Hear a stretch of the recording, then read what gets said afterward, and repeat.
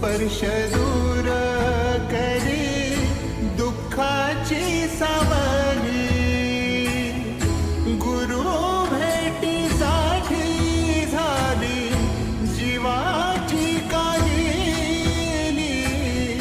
भक्त तुझा गुरुदेवा पुरता अट्टाला भेटला विठ्ठला।